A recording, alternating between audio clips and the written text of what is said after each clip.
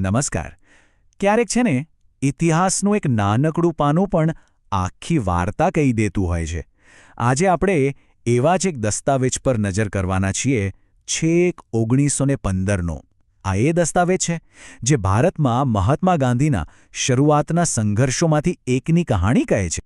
જુઓ, આખે એક પાનું છે, પણ એ એક આખા અભિયાનની રૂપરેખા છે. એવા અભિયાનની જે એક અંગ્રેજી નીતિ સામે હતું. એક એવી નીતિ જેણે અસંખ્ય લોકોના જીવન પર બહુ ઊંડી અસર કરી હતી. કહી શકાય કે આ પાનું એ લોકોની પીડા અને એમના સંઘર્ષનો જીવતો જાગતો પુરાવો છે. પણ સવાલ એ છે કે આ આખી લડાઈ હતી શેના માટે? આ વિરમગામ, જકાતબારી આખરે હતી શું? ચાલો આ સવાલનો જવાબ શોધીએ, અને એ આપણને સીધા એ સમયની કડવી વાસ્તવિકતામાં લઈ જશે. તો ચાલો સૌથી પહેલાં એ સમજીએ કે આ સમસ્યાનું મૂળ શું હતું અને કેમ એ લોકો માટે આટલી મોટી મુસીબત બની ગઈ હતી.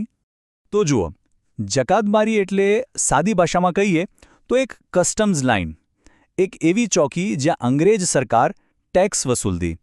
મતલબ કે ત્યાંથી પસાર થતી દરેક વ્યક્તિ કે માલસામાન પર જકાત લાગતી હતી.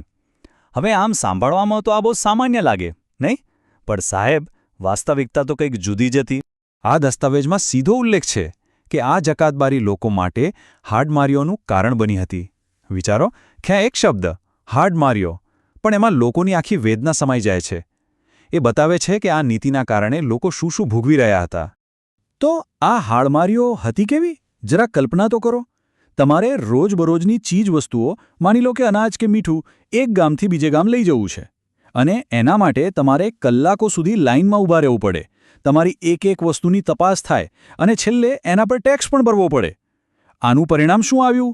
વેપાર ધંધા પડી ભાંગ્યા, અને સામાન્ય માણસનું તો જીવવું જ મુશ્કેલ થઈ.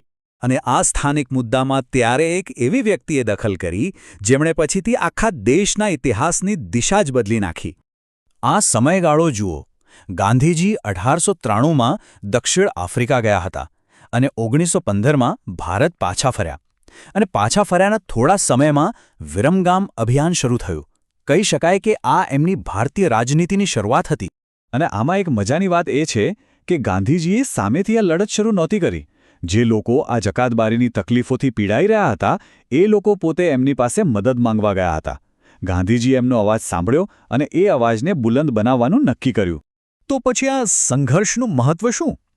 જુઓ, આ કેવળ એક સ્થાનિક લડાઈ નહોતી. આ ભારતમાં ગાંધીજીના સૌથી પહેલા જાહેર અભિયાનોમાંનું એક હતું. એમ કહી શકાય કે ભારતીય જમીન પર એમની કામ કરવાની પદ્ધતિઓનો આ પહેલો ટેસ્ટ હતો. આ લડાઈ હતી આર્થિક ન્યાય માટે, સીધી સામાન્ય લોકોની હાડમારીઓ દૂર કરવા માટે. હવે ચાલો એ જોઈએ કે ગાંધીજીએ આ જકાતબારીનો સામનો કરવા માટે કઈ રણનીતિ અપનાવી. એમની કામ કરવાની જે રીત હતી ને, એ ખરેખર સમજવા જેવી છે. એમનું પહેલું પગલું એકદમ સીધું અને તાર્કિક હતું. એમણે વિચાર્યું કે પ્રાંતની સમસ્યા છે તો પ્રાંતના સૌથી મોટા અધિકારી પાસે જવું જોઈએ. એટલે એ સીધા મુંબઈના ગવર્નર પાસે પહોંચ્યા અને એમને અપીલ કરી. પણ અહીં એમને સરકારી તંત્રનો અનુભવ થયો.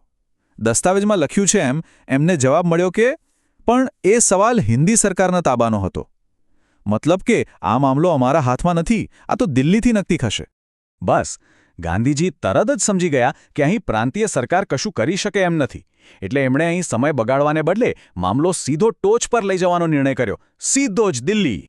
તો આ એમની કામ કરવાની પદ્ધતિ હતી, એકદમ સ્ટેપ બાય સ્ટેપ. પહેલા મુંબઈના ગવર્નરનો સંપર્ક કર્યો. જ્યારે ખબર પડી કે અસલી સત્તા તો હિન્દી સરકાર પાસે છે, ત્યારે મામલો સીધો વાઇસરોય સુધી પહોંચાડ્યો. અને એ પણ કેવી રીતે? સીધો ટેલિગ્રામ મોકલીને.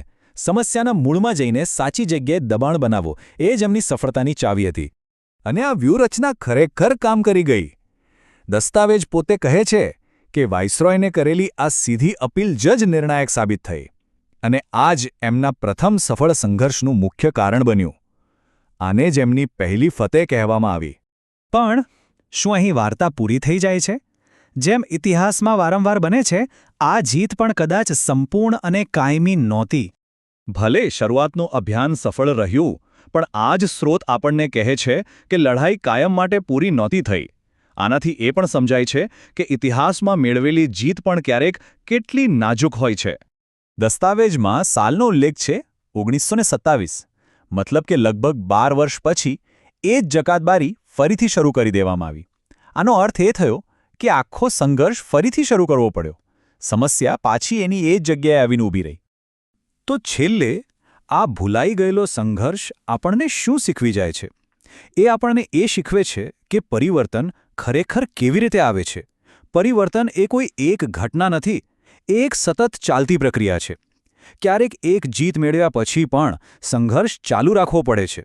સાચા અને કાયમી બદલાવ માટે કેટલી ધીરજ અને સતત પ્રયત્નોની જરૂર પડે છે, એ વાત આ નાનકડો દસ્તાવેજ આપણને બરાબર યાદ અપાવી દે છે.